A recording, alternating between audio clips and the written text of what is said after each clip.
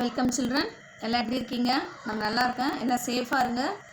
இன்றைக்கி நம்மளுடைய டாபிக் என்னன்னு பார்த்தீங்கன்னா பயோசுவாலஜியில் ரீப்ரொடக்டிவ் ஹெல்த். இந்த லெசன் ஏன் இம்பார்ட்டன்ட் லெசன்ஸ் அப்படின்னு பார்த்தீங்கன்னா to understand about the importance of sexual education. மாணவர்களுக்கு செக்ஷுவல் எஜுகேஷனுடைய இம்பார்ட்டன்ஸை புரிய வைக்கிறதுக்கும் அண்ட் ரீப்ரொடக்டிவ் ஹெல்த் இனப்பெருக்க நலனை பற்றி மாணவர்கள் தெரிஞ்சுக்கிறதுக்கும் இந்த லெசன் வந்து அவ்வளோ உறுதுணையாக இருக்குது. நெக்ஸ்ட்டு என்னன்னு பார்த்தீங்கன்னா ரீப்ரொடக்டிவ் ஹெல்த் இஸ் ஒரு கம்யூனிட்டி இஷ்யூ. இது வந்து நம்ம ஒருத்தருடைய பிரச்சனை அப்படின்னு சொல்ல முடியாது. இது வந்து என்னதுன்னா ஒரு கம்யூனிட்டி இஷ்யூவாக தான் நம்ம கொண்டு போகணும். தென் இதை வந்து கண்ட்ரோல் பண்ணுறது எதுன்னு பார்த்தீங்கன்னா நியூரோ எண்டோக்ரைன் சிஸ்டம், அதாவது நரம்பு வேதி ஒருங்கிணைப்பு மண்டலம் சொல்லுவாங்க. ஸோ அதனால் நம்ம ஒரு சின்ன பாதிப்பு தானே, ரீப்ரொடக்டிவ் சிஸ்டம் தானே பாதிக்கப்படுதுன்னு கேர்லெஸ்ஸாக நம்ம இருக்கக்கூடாது. அதோட தொற்று எது வரைக்கும் போகும், நம்மளோட உடம்புல இருக்கக்கூடிய எல்லா பகுதிகளுக்கும் அந்த தொற்று வந்து பரவ ஆரம்பிக்கும். அதனால் நம்ம வந்து அந்த பொதுவாக எந்த நோய் தொற்று நமக்கு ஏற்படாத அளவுக்கும் எந்த பாதிப்பு ஏற்படாத அளவுக்கும் நம்மளுடைய இனப்பெருக்க உறுப்புகளை நம்ம வந்து பாதுகாக்கிறது மிக மிக மிக அவசியமான ஒன்று தான். Next, aim of this programme, இதனுடைய குறிக்கோள் என்னென்னு பார்த்தீங்கன்னா மக்களுக்கு தேவையான ஒரு விழிப்புணர்வே இல்லை. அந்த விழிப்புணர்வு மக்களுக்கு நம்ம கரெக்டான உடல் நலமும் இருக்கலாம், அது இனப்பெருக்க நலனாக கூட இருக்கலாம். அந்த விழிப்புணர்வு மக்கள்கிட்ட நம்ம வந்து என்ன பண்ணணும், ஒரு கரெக்டான முறையில் நம்ம கொண்டு போய் சேர்க்கணும். நெக்ஸ்ட், அடோலசன்ஸ் பீரியடில் மாணவர்களுக்கு ஏற்படக்கூடிய பிரச்சனைகளை கரெக்டான வழியில் அவங்களுக்கு அந்த தீர்வை சொல்லி நம்ம அதை புரிய வைக்கிறது. நெக்ஸ்ட்டு, எந்த ஏஜில் வந்து மேரேஜ் ஏஜ் எது, இப்போ கூட கிராமத்து சைடில் பார்த்திங்கன்னா ஒரு 14-15 வயசுலேயே அந்த ஒரு பெண் குழந்தை வந்து பருவம் அடைந்த உடனேயே எப்போ திருமணம் பண்ணலாம், நம்மளோட கடமை முடிஞ்சு போச்சுன்னு நினைக்கக்கூடிய நிறைய பேரண்ட்ஸ் இருக்காங்க. திருமணம் பண்ணலாம், அந்த பெண் குழந்தைக்கு ஒரு தாய்மை அடையுதுன்னா அதுக்கு அந்த சக்தி இருக்குமா, அதுக்கு குழந்தை பெறக்கூடிய சக்தி இருக்குமா? இப்போ நிறைய பெண் குழந்தைகள் தாய்மார்கள் இறக்குறாங்கன்னா அதுக்கு பாதி பேர் பார்த்திங்கன்னா இளம் வயது திருமணம் புரிந்தவர்கள் தான். அதை வந்து மக்களிடையே வந்து விழிப்புணர்வை நம்ம ஏற்படுத்தணும். நெக்ஸ்ட்டு, ப்ரெக்னென்ட் லேடிக்கு என்னென்னலாம் பாதுகாப்பு திட்டங்கள் இருக்குது, அவங்க என்னென்னலாம் ஃபுட்டு எடுத்துக்கணும், அதனுடைய இம்பார்ட்டன்ஸ் அவேர்னஸ் நம்ம க்ரியேட் பண்ணணும். அப்புறம் நிறைய கவர்மெண்ட்டு நிறைய ஸ்கீம்ஸை வந்து இன்க்ளூட் பண்ணியிருக்காங்க. ப்ரெக்னென்ட் லேடிக்கும் சரி குழந்தைகளுக்கும் சரி தடுப்பூசி திட்டங்கள்லாம் அதை வந்து நம்ம மக்களிடையே வந்து கரெக்டான முறையில் கொண்டு போகணும். இப்போ கரண்ட்டில் நடக்கக்கூடிய சுச்சுவேஷன் என்னென்னு பார்த்திங்கன்னா ஓவரால் உலக அளவிலேயே 800 பெண்கள் என்ன ஆகிறாங்க அப்படின்னா எவ்ரிடே இந்த டிசீஸால் அது வந்து அவங்களால குழந்தை பெற்றுக்கொள்ள முடியாமல் இருக்கலாம், இல்லைனா அது போதுமான அளவு மெடிசன்ஸ் கிடைக்காமல் இருக்கலாம், அந்த வலியை தாங்க முடியாத இதுவாக கூட இருக்கலாம். 800 பெண்கள் இறந்துட்டுருக்காங்க உலக அளவில்.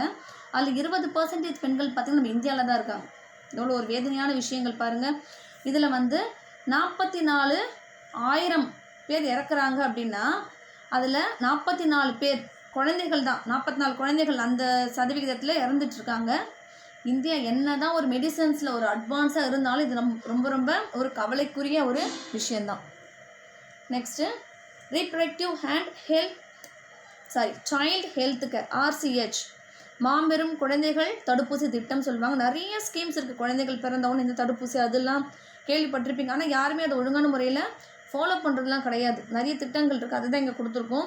ஜனனி சுரக்ஷா யோஜனா, ஜனனி சிசு சுரக்ஷா, அப்புறம் பிரதமரின் சுரக்ஷித் மட்ரித்வா அபியான், நிறைய ஸ்கீம்ஸ் இருக்குது. இதை பற்றின கூடிய ஒரு அவேர்னஸ் நம்ம கொண்டு போகிறது. நெக்ஸ்ட்டு, ஆம்னியோசென்டசிஸ். ப்ரீவியஸ் ஸ்டேஜ்லாம் கேள்விப்பட்டிருப்பீங்க.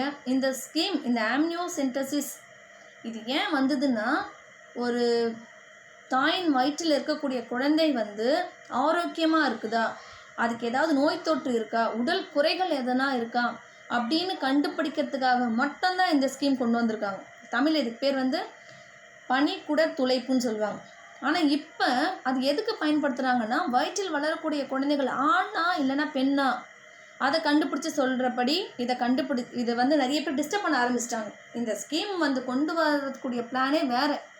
ஆனால் மக்கள் வந்து இது என்ன பண்ணிட்டாங்க, தவறான முறையில் இதை வந்து அணுகுமுறையாக ஆக்கிட்டாங்க. அதனால் இந்த ஸ்கீம் என்ன பண்ணிட்டாங்கன்னா கவர்மெண்ட் வந்து சட்டப்பூர்வமான தடை விதிக்கிற அளவுக்கு இந்த ஸ்கீமை வந்து கொண்டு போயிட்டாங்க. இதனால் பார்த்தீங்கன்னா இம்பேக்ட் ஆஃப் செக்ஸ் ரேஷியோ, ஆமாம் கண்டிப்பாக ஒரு அந்த ஆம்னியோசென்டசிஸ் ஸ்கீம் மூலமா தவறான வழியில் புரிஞ்சுக்கிட்டு நிறைய பெண் குழந்தைகள் இறந்ததுனால இப்போ பார்த்திங்கன்னா செக்ஸ் ரேஷியோ ரொம்ப வேரி ஆகுது ஆண்களுக்கும் பெண்களுக்கும். அதாவது 1000 ஆண்கள் இருந்தாங்க அப்படின்னா 1000 பெண்கள் இருக்கணும், இல்லைன்னா ஒரு கொஞ்சம் வேரியேஷன் இருந்தால் ஓகே. ஆனால் இதில் எப்படி இருக்குதுன்னு பார்த்தீங்கன்னா 1000க்கு 900 பெண்கள் அப்படின்ற வீதம் தான் இதில் காணப்படுது. இதில் 2 முறையில் வந்து ரொம்ப ரொம்ப பாதிக்கப்படுது. என்னென்ன முறைகள் பார்த்தீங்கன்னா ஃபீமேல் ஃபீட்டிசைட்ஸ். ஃபீமேல் ஃபீட்டிசைட்னா பெண் கருக்கொலைன்னு சொல்லுவாங்க. பெண் கருக்கொலைனா குழந்தை தாயின் கருப்பையில் இருக்க சொல்லவே என்ன பண்ணாங்க, அந்த பெண் அதாவது முதல்லயே அந்த குழந்தை வந்து பெண்ணுன்றது தெரிஞ்சுக்கிச்சுன்னா தாயில் கருப்பையில் இருக்க சொல்லி பெண்ணை அந்த பெண்ணுக்கு வந்து மெடிசன்ஸ் கொடுத்து அந்த வயிற்றில் இருக்கக்கூடிய பெண் சிசு வந்து கொல்றது. அது வந்து பெண் கருக்கொலைன்னு சொல்லுவாங்க. அதுதான் ஃபீமேல் ஃபீட்டிசைட்ஸ். இன்னும் வந்து ஃபீமேல் இன்ஃபான்டிசைட்ஸ். அப்படி என்னது பார்த்தீங்கன்னா குழந்தை பிறந்ததுக்கப்புறம் இந்த கள்ளிப்பால் ஊற்றி கொல்றது, இல்லைனா குழந்தைய வந்து எனக்கு வேண்டாம் தூக்கி போட்டுட்டு ஏதாவது பண்ணுறது, இதெல்லாம் என்னன்னு பார்த்தீங்கன்னா பெண் சிசு கொலைன்னு சொல்லுவாங்க, ஃபீமேல் இன்ஃபான்டிசைட்ஸ். இந்த 2 மெத்தடால், இந்த 2 ஒரு கொடூரமான செயலால் தான் என்ன ஆகுதுன்னு பார்த்தீங்கன்னா இந்த வந்து செக்ஸ் ரேஷியோவில் இவ்வளோ ஒரு பெரிய வேரியேஷன் ஆயிட்டிருக்கு. Next topic, next side heading, population explosion and birth control. According to the 2001 census பார்த்தீங்கன்னா 1.7% இருந்தது. ஆனால் இப்போ பார்த்தீங்கன்னா அதை விட அப்படியே என்ன ஆகிடுச்சுன்னு பார்த்தீங்கன்னா அதை விட அப்படியே டபுள். இதுக்கு என்னென்னலாம் ரீசன் சொல்லிட்டு நம்ம பார்க்க போகிறோம். இல்லை ஃபர்ஸ்ட் ஒன் பார்த்தீங்கன்னா increased health facilities and better living conditions. எல்லாருமே பிறந்திருக்க எல்லா குழந்தைகளும், அது ஏழை குழந்தையாக இருக்கட்டும், பணக்கார குழந்தையாக இருக்கட்டும், அவங்க குழந்தைக்கு உடம்பு சரியில்லை என்ன சும்மா யாரும் விட்டுற போகிறது கிடையாது. கண்டிப்பாக ஹாஸ்பிட்டல் கூட்டிகிட்டு போவாங்க. அந்த அவேர்னஸ் மக்களுக்கு வந்துடுச்சு. ஓகேங்களா, அதுவும் ஒரு ரீசன் சொல்லலாம். அது ஒரு நல்ல ரீசன்ஸ் தான். அதுக்கு நான் ஹாஸ்பிட்டல் கூப்பிட்டே போகக்கூடாதா மிஸ் அப்படின்ற ரீசன் நான் சொல்லலை. பாப்புலேஷன் இன்க்ரீஸ் ஆகிறதுக்கு இதுவும் ஒரு ரீசன்ஸ். அதாவது எல்லாருக்குமே அந்த ஒரு அக்கறைன்றது வந்துடுச்சு. வாழ்க்கை முறை வந்து மனித வாழ்நாள் உயர்வதற்கு இதுவும் ஒரு ரீசன் அப்படின்னு சொல்கிறாங்க. நெக்ஸ்ட்டு பார்த்தீங்கன்னா பிறப்பு விகிதமும் இறப்பு விகிதமும் ஒரு அன்பேலன்ஸ்லேயே இருக்குது, இதுவும் ஒரு ரீசன். நெக்ஸ்ட்டு பார்த்தீங்கன்னா increase in number of people in reproducible age. நிறைய, அதாவது ஒரு 21, 22 வயசுக்கு மேலே திருமணம் நடத்தணும் கவர்மெண்ட் சொல்லி இருந்தாலும் இதை 13, 14 வயசில் திருமணம் நடக்கிறதுனால அந்த பெண் குழந்தைகள் சீக்கிரமாக தாய்மை அடையிறதுனாலையும் அந்த ரீப்ரொடியூசபிள் ஏஜ் வந்து என்ன ஆகிட்டே இருக்குது, இன்க்ரீஸ் ஆகிட்டே இருக்குது. அப்போ வந்து இதனாலையும் பாப்புலேஷன் அதிகரித்து கொண்டே இருக்குது. Next impact of population explosion. இதில் population explosion of birth control நம்ம நிறைய வந்து ஒரு பேம்ப்ளெட்ஸ் நிறைய போட சொல்லியிருக்காங்க கவர்மெண்ட். என்னதுன்னா நாம் இருவர் நமக்கு இருவர், நிறைய பேம்ப்ளெட்ஸ் என்ன தான் போட்டாலும் இது அந்தந்த ஃபேமிலி அவங்களுடைய ஒரு ஆண் பெண் அவங்களுடைய கையில் தான் இது இருக்குது. இது என்ன தான் நம்ம வந்து இதை பிரச்சாரம் பண்ணாலும் இது வந்து அவங்கக்கிட்ட தான் இருக்குது. இது மாதிரி நிறைய பிரச்சாரம் பண்ணுங்கள், நிறைய அந்த பேம்ப்ளெட்ஸ் நிறைய போடுங்கன்னு சொல்கிறாங்க. நெக்ஸ்ட்டு பெண்கள் ஆண்கள் யாராக இருந்தாலும் அந்த திருமண வயது அப்படின்றத ஒரு பர்டிகுலர் லெவல் கரெக்டாக 21, 22 அந்த ஏஜ் கரெக்டாக கொண்டு வந்தீங்கனாலும் இது கொஞ்சம் பாப்புலேஷன் லெவல் இன்க்ரீஸ் ஆகிறது கண்ட்ரோல் ஆகும் அப்படின்னு சொல்கிறாங்க. அதுக்கப்புறம் சிறு குடும்பம், அதாவது ஸ்மால் ஃபேமிலி கொண்ட தம்பதி அவங்களுக்கு வந்து ஊக்க பரிசுகள் கொடுக்கலாம், மோட்டிவேட் பண்ணுற மாதிரி. அதுக்கு வீட்டில் இருக்க ஒரு ஆயா தாத்தா இவங்களெல்லாம் அடித்து துரத்துங்க அந்த மீனிங்கில் அவங்க சொல்ல வரல. அந்த மீனிங்கில் யாரும் எடுத்துக்க வேணாம். அதாவது அந்த ஃபேமிலிக்கு 2 குழந்தைகள் அதை மாதிரி இருந்தது அப்படின்னா அவங்களுக்கு ஒரு ஊக்க பரிசு கொடுக்கலாம். இப்போ லேட்டஸ்ட்டாக நீங்கள் பார்த்துருப்பீங்க, ஒரு 2 days பிஃபோர் 3 days பிஃபோர் பார்த்தீங்கன்னா இப்போ கூட 4வது ஒரு பெண் குழந்தை பெற்றுட்டாங்க அப்படின்றதுக்காக மனைவியை கொண்டுட்டாங்க அப்படின்னு ஒரு கேஸ் வந்தது. அது உண்மையாக போய் ஆனால் 4வது குழந்தை பிறந்ததுன்றது உண்மை. அப்போ கூட எவ்வளோதான் நம்ம வந்து அவேர்னஸ் கொடுத்தாலும் இதை மாதிரி நிறைய பேர் இருக்க தான் செய்கிறாங்க. ஸோ அதுக்கு பர்த் கண்ட்ரோல் மெத்தட் அதனுடைய அவேர்னஸ்ஸு மக்கள்கிட்ட இல்லை. இதில் நிறைய மெத்தட் இருக்குது, டெம்பரரி மெத்தட் இருக்குது, பெர்மனன்ட் மெத்தட் இருக்குது. இதில் வந்து எந்த ஒரு சைடு எஃபெக்டும் ஏற்படாத அளவுக்கு கூட நிறைய மெடிசன்ஸ் நிறைய வந்திருக்கு. அது என்னென்ன மெத்தட் தான் பார்க்க போகிறோம். என்னென்ன மெத்தட்ஸ் பார்த்திங்கன்னா natural barrier, IUDs, oral contraceptives, injectables, surgical method. அதில் ஃபஸ்ட்டு நேச்சுரல் மெத்தடில் 2 டைப், அதாவது பர்த் கண்ட்ரோல் மெத்தடில் டைப்ஸ் ஆஃப் கான்ட்ராசெப்ஷனில் டெம்பரரி அண்ட் பெர்மனன்ட். அதில் டெம்பரரியில் பார்த்தீங்கன்னா natural, chemical, mechanical, hormonal barrier வந்துடும். தென் நேச்சுரல் மெத்தட் என்னன்னு பார்த்தீங்கன்னா to prevent meeting of sperm with ovum. ஆமாம், அந்த ஸ்பெர்ம் அந்த ஓவம் ரெண்டுத்தையும் மீட் பண்ண விடாமல் ஸ்டாப் பண்ண அவாய்ட் பண்ணாலே ஸோ நேச்சுரல் மெத்தட் தான் அது. அப்போ வந்து நேச்சுரலாக ஒரு பர்த் கண்ட்ரோல் மெத்தட் நம்மளே கொஞ்சம் சேஃப் பீரியட் சொல்லுவாங்க. நெக்ஸ்ட் இதில் ஃபஸ்ட்டு பார்த்திங்கன்னா ரிதம் மெத்தடில் ஸோ ஓவலேஷன் அக்கர், அதாவது 14th டே, அந்த மென்ஸ்ட்ரல் பீரியட் தொடங்கி 14th டே தான் அந்த பெண்களுக்கு அந்த ஓவம் வெளியே வரும். அந்த ஓவமோட லிவிங் டேஸ் பீரியட் என்னன்னு பார்த்தீங்கன்னா 2 days. ஜென்ஸோட அந்த செமனோட லிவிங் பீரியட் அது என்னன்னு பார்த்தீங்கன்னா 72 hours. ஸோ இது ரெண்டுத்தையுமே மீட் பண்ண விடாது. That is coitus is to be avoided during this time. Avoid பண்ணிட்டாலே இது ரெண்டும் மீட் பண்ணக்கூடிய சான்சஸ் ரொம்ப ரொம்ப கம்மி தான். நெக்ஸ்ட் நேச்சுரல் மெத்தடில் கண்டினியூஸ் மெத்தட் பார்த்தீங்க அப்படின்னா this is simplest way, most dependable way to avoid pregnancy it's not to have coitus for a defined period that prevent fertilization. நடக்க சான்சஸே இல்லைன்னா உங்களுக்கு கரு உருவாக சான்சஸ் இல்லவே இல்லை. Next coitus interruptus, it is the oldest family planning method. The male partner withdraws his penis before ejaculations, thereby preventing depositions of semen into the vagina. வஜைனாக்குள்ளே போகிறதுக்கூடிய சான்சஸ் வந்து கிடையாது. அப்போ கருவுற சான்சஸ் ரொம்ப ரொம்ப லெஸ்ஸு. நெக்ஸ்ட் நேச்சுரல் மெத்தடில் lactational amenorrhea. So இந்த மெத்தட் என்னன்னு பார்த்தீங்கன்னா ஒரு தாய் வந்து குழந்தை பெற்று ஒரு 5 இல்லை 6 மாதங்கள் பார்த்தீங்கன்னா அந்த தாய்க்கு வந்து மென்ஸ்ட்ரல் பீரியட் நடக்க சான்சஸ் கிடையாது. ஸோ இது வந்து ஒரு சேஃப் பீரியட் அப்படின்னு நம்ம சொல்லவும் முடியாது. இருந்தாலும் இது நம்பகத்தன்மை இல்லாத ஒரு பீரியடு தான். பிகாஸ் ஏன்னா இந்த நேரத்தில் ஏன் வந்து அந்த பீரியட் வருது, அந்த டைம் கேப் வருது பார்த்தீங்க அப்படின்னா குழந்தைகள் வந்து அந்த மில்க் ஃபீட் பண்ணுறதுனால அந்த தாய்க்கு பிட்யூட்ரி கிளாண்ட் இருக்குது பார்த்தீங்களா, அது வந்து ஸ்டிமுலேட் ஆகி ப்ரொலாக்டின் ஹார்மோன் வந்து நிறைய உற்பத்தி ஆகி தான் அந்த குழந்தைக்கு பால் கொடுத்துட்ருக்கு. ஓகேங்களா? ஸோ அப்போ வந்து அந்த ஹார்மோனுடைய உற்பத்தி, அந்த கொனட்ரோட்ரோஃபின் அப்படின்ற கூடிய ஒரு ஹார்மோனுடைய உற்பத்தி வந்து என்ன ஆகுதுன்னு பார்த்தீங்கன்னா தடுக்கப்பட்டு இருக்கிறதுனால தான் அந்த ஒரு 5 இல்லைன்னா 6 month கேப்பு வந்துட்டுருக்கு. ஸோ இந்த பீரியட் வந்து அவ்வளோ நம்பகமாக சொல்ல முடியாது. இட்ஸ் ஓகே அப்படின்ற மாதிரி வேணால் இந்த பீரியட் நம்ம சொல்லலாம். நெக்ஸ்ட்டு பேரியர் மெத்தட் பார்த்திங்கன்னா இதுவும் கிட்டத்தட்ட நேச்சுரல் மெத்தட் மாதிரி தான். In these method the ovum and sperm are prevented from meeting so that fertilisation does not occur.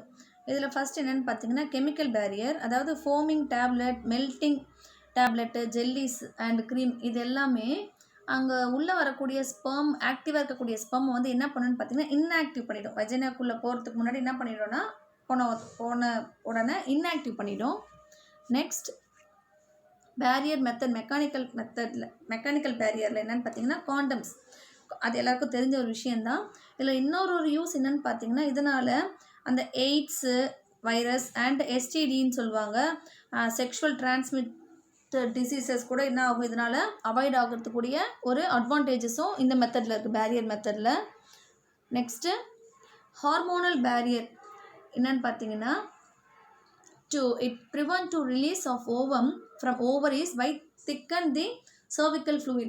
இந்த ஃப்ளூயிடால் என்ன ஆகும்னு பார்த்தீங்கன்னா it keeps the sperm away the ovum. அந்த ஓவத்துக்கிட்ட அந்த ஸ்பெர்மை கொண்டு போகாத அளவுக்கு அந்த cervical fluid வந்து திக்காக ஆகிடும்.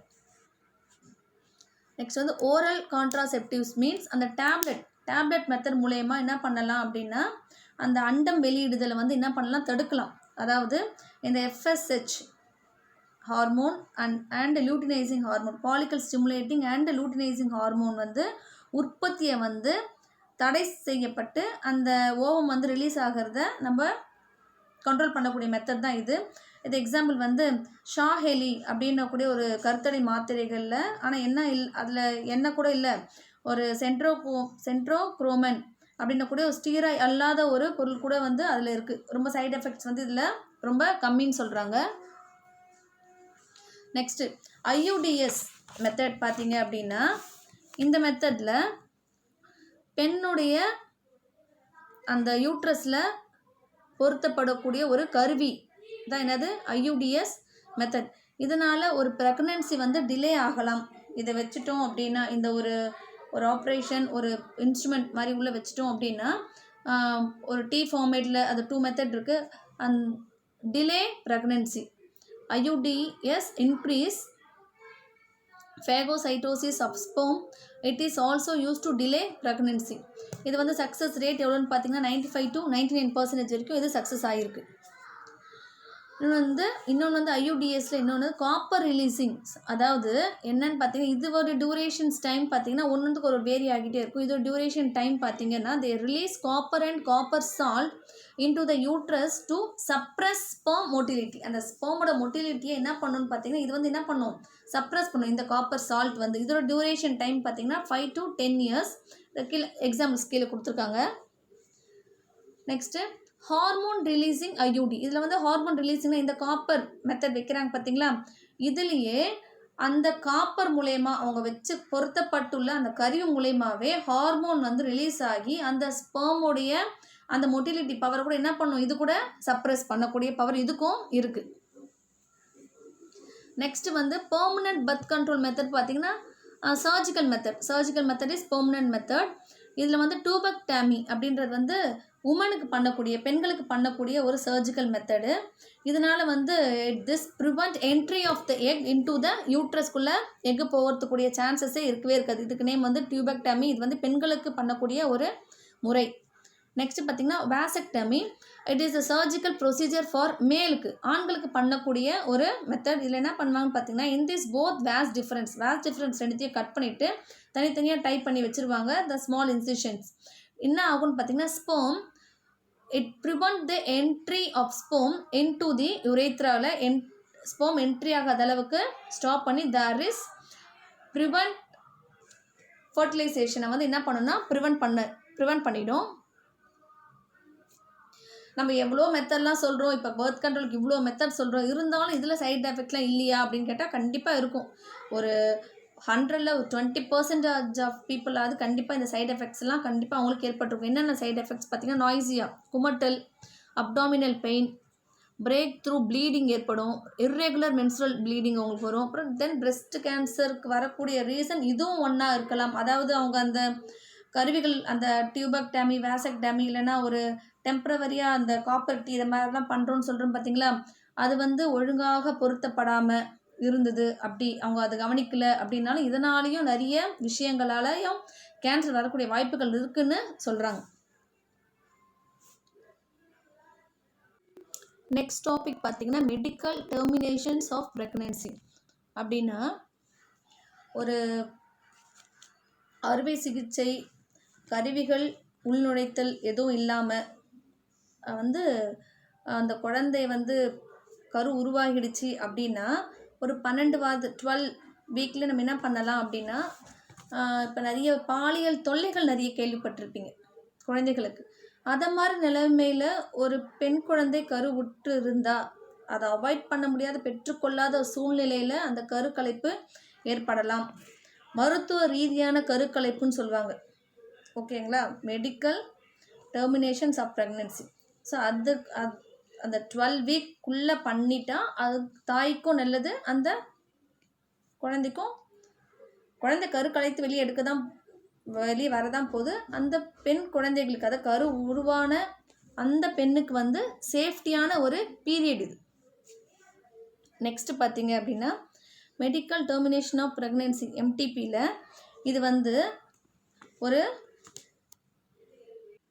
நான் சொன்ன ரீசன்ஸ் தான் வருது பாருங்கள். Government of India legalized MTP in 1971 to avoid sex discriminations and illegal female feticides.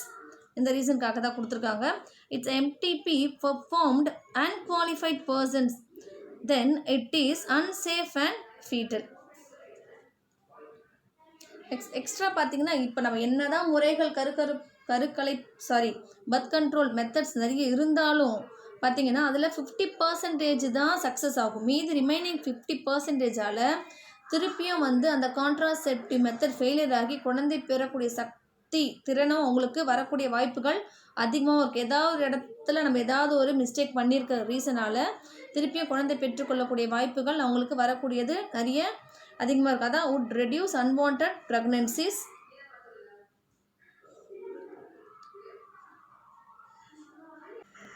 Okay children, நம்ம இப்போ பார்த்த வரைக்கும் அதாவது பர்த் கண்ட்ரோலில் என்னென்ன முறைகள்லாம் பார்த்தோம், பர்த் கண்ட்ரோல் டெம்பரவரி, நேச்சுரலு, இந்த எல்லாமே முறைகள்லாம் பார்த்தோம் பார்த்தீங்களா, அதில் என்னென்ன முறைகள்லாம் சைட் ஹெட்டிங்கில் கொடுத்துருக்கணும் அதை எழுதுங்க. அதுதான் ஹோம்ஒர்க்கு. நம்ம நாளைக்கு அடுத்த கிளாஸில் வந்து செக்ஷுவலி டிரான்ஸ்மிட்டட் டிசீஸ் பற்றி நம்ம நாளைக்கு கிளாஸில் பார்க்கலாம். Thank you children.